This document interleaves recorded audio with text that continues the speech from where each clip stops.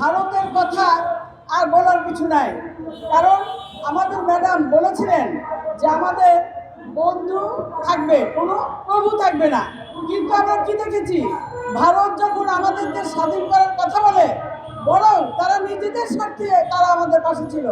কারণ আপনারা জানেন, শেখ মুজিব বেউর বাড়ি দিয়েছিল, কিন্তু 3 বিঘা করিডোর দেয় নাই, দেওয়ার কথা ছিল। তখন থেকেই শুরু হয়েছে কিভাবে তারা আমাদের দেশকে শোষণ করবে। আপনারা দেখেছেন, তিস্তা নদীর বাদ দিয়ে আমাদের যে পানি দেওয়ার কথা ছিল, সেই পানিও দেওয়া হয় নাই। এরপরে আপনারা দেখেছেন, আমাদের পাট সোনালী পাট ছিল আমাদের দেশের বাজেট রচনা হতো, সেই সোনালী পাট আমাদের পাট সমস্ত পাট কর্ম বন্ধ করে তখন ভারতে নিয়ে যাওয়া হয়েছিল। এইভাবেই শুরু হয়েছিল আমাদের দেশকে লুটপাট করে খাওয়া।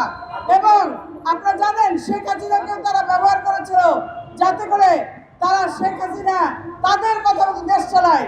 এই সব করতে যে আমাদের দেশের যেসব বিশৃঙ্খলা করেছিল, দেশকে যেভাবে অন্যের মুখোমুখি করার চেষ্টা করা হয়েছিল, আমরা মনে করি দেশের সকল জনতা এবং সকল রাজনৈতিক দল মিলে আজকে আমরা যেভাবে আন্দোলন করে তাকে সরিয়ে দেশটা পেয়েছি, আমরা আর ভারতের সেই কথা মতো যাতে চলতে না হয়, তাই আমি বলবো, অনেকেই দেখছি ভারত বিশৃঙ্খলা করার জন্য চেষ্টা করছে।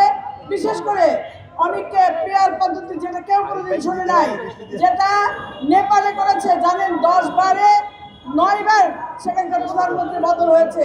সেই ধরনের কাজ উস্কে দিয়ে আমাদের দলদেরকে অনেক বিভ্রান্ত করার চেষ্টা করছে।